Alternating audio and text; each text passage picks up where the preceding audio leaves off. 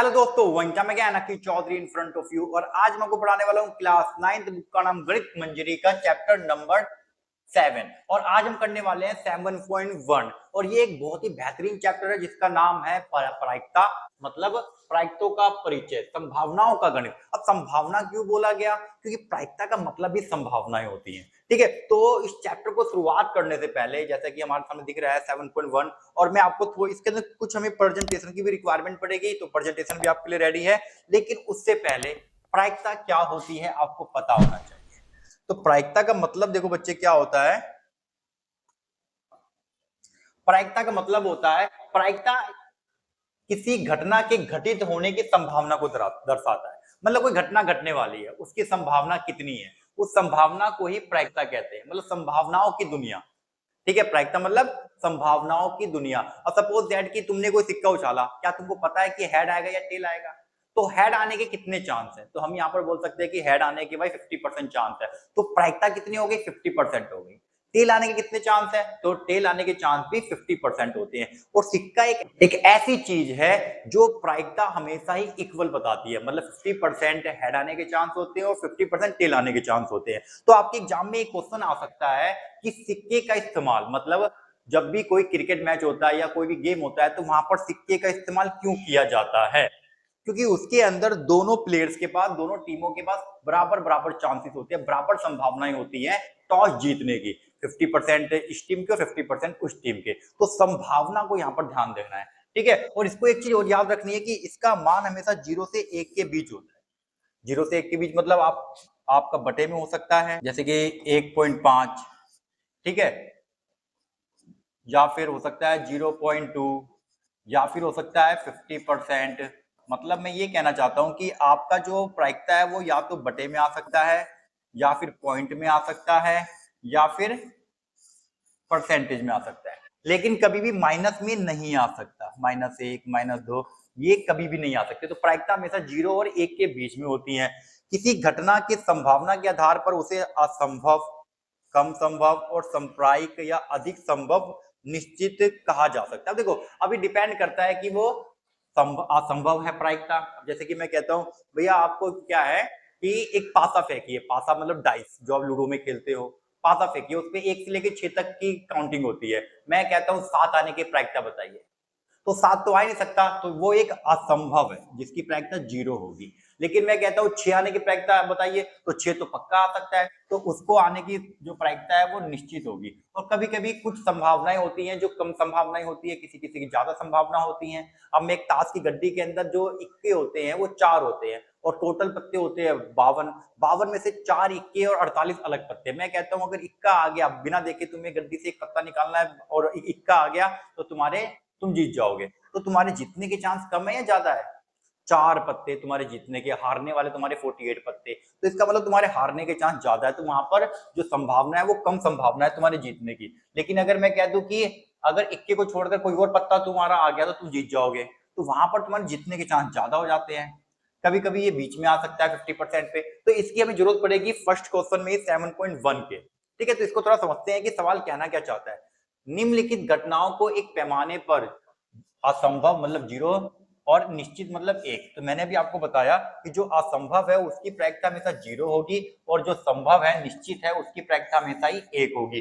तो हमको इसमें यही बताना है कि असंभव से लेकर संभव तक क्रमबद्ध कीजिए। मतलब जो बीच में इसके आए हैं, कम संभव, संप्रायिक, अधिक संभव। संप्रायिक मतलब क्या है कि इक्वल इक्वल चांस है।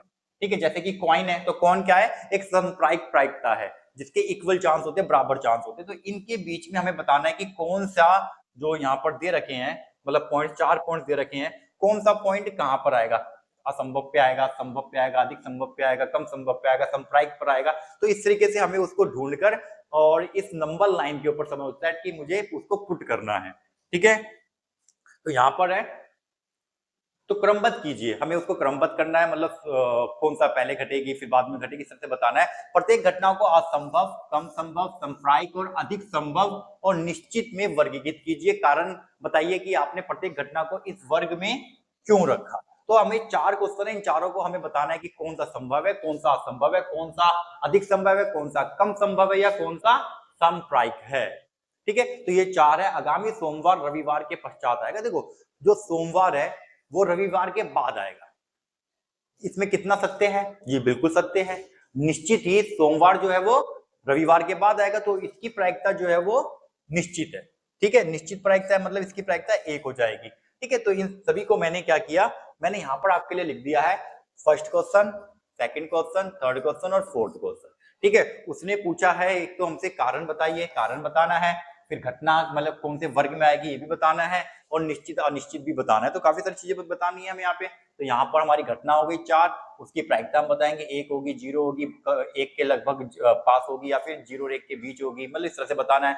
फिर वर्गीकृत करना है कि निश्चित है, कम निश्चित है, असंभव है, अधिक संभव है, ये बताना है, फिर कारण बताना है। तो मैंने यहाँ पर आपको सारी चीजें लिख दी है, और फिर उसे नंबर लाइन पे भी दिखाना है हमें, जो 0 और 1 के बीच में ही होगी।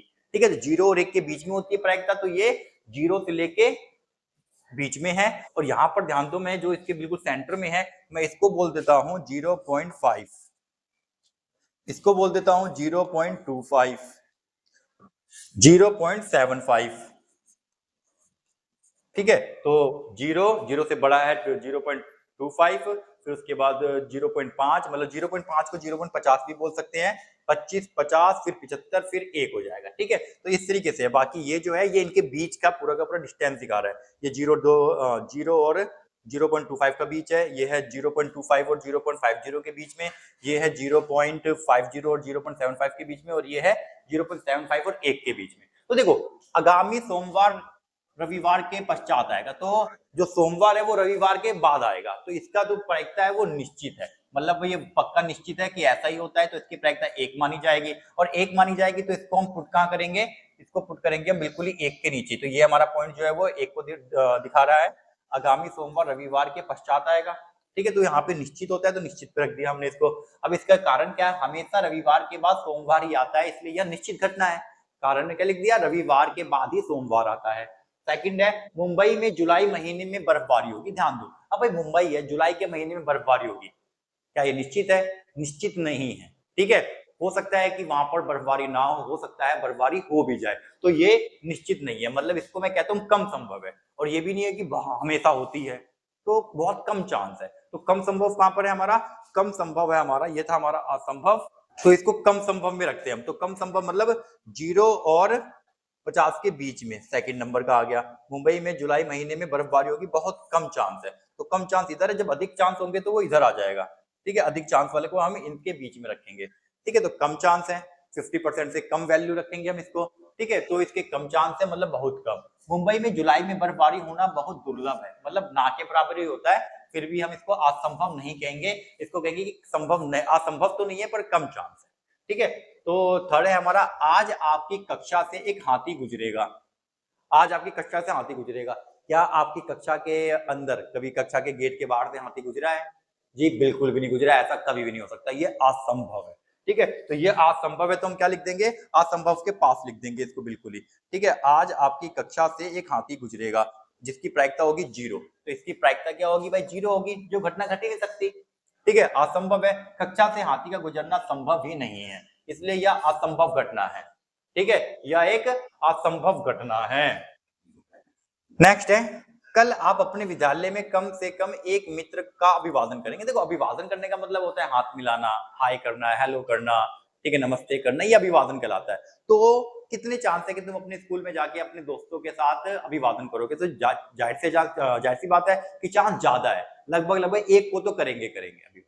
ठीक है, कोई ना कोई एक फ्रेंड होगा जिसको मैं अभिवादन करेंगे, लेकिन मेरे को लगता है कि आप 1 से ज्यादा को अभिवादन करोगे, तो इसके क्या है, इसके अधिक चांस है, तो अधिक चांस जो होगा वो निश्चित के पास आ जाएगा। अगर कम चांस है तो जिस तरह से 0 के पास आया था, ये 1 के पास आएगा। ठीक है, तो कल आप अपने विद्यालय में कम से कम एक मित्र का अभिवादन करोगे, तो ये अधिक चांस है, क्या ये अधिक संभव है। ठीक है, तो ये क्या है, अधिक संभव लिख दिया है। और अधिक संभव 0 और 1 के बीच 1 के बहुत पास होता है, तो ध्यान देना ये 1 के बहुत पास होता है। लगभग निश्चित है कि आप कम से कम एक मित्र का अभिवादन करेंगे, पर 100% निश्चित नहीं है। तो 100% निश्चित नहीं है, इसलिए मैंने इसको यहां नहीं रखा। अगर 100% निश्चित होता तो मैं इसको यहां रखता, लेकिन क्या पता मैं ना करूं, क्या पता मेरी तबीयत खराब है, मैं किसी से बात ही नहीं कर रहा। ठीक है, तो कुछ भी हो सकता है, कोई भी कारण हो सकता है। तो यहाँ पर आपको इसको अच्छी तरह समझना है।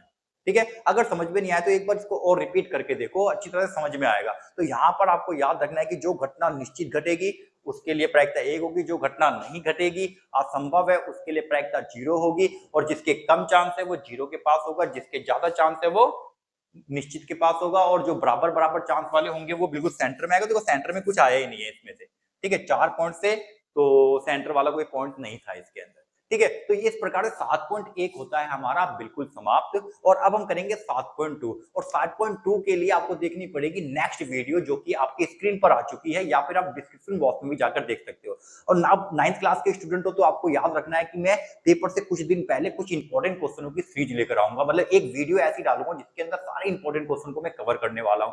तो आप अभी से मेरे चैनल को सब्सक्राइब कर लो, ठीक है। और अगर आपने सब्सक्राइब कर दिया है तो कमेंट बॉक्स में थंब का निशान जरूर देकर जाना। जब तक के लिए थैंक यू, मिलते हैं अगले वीडियो में।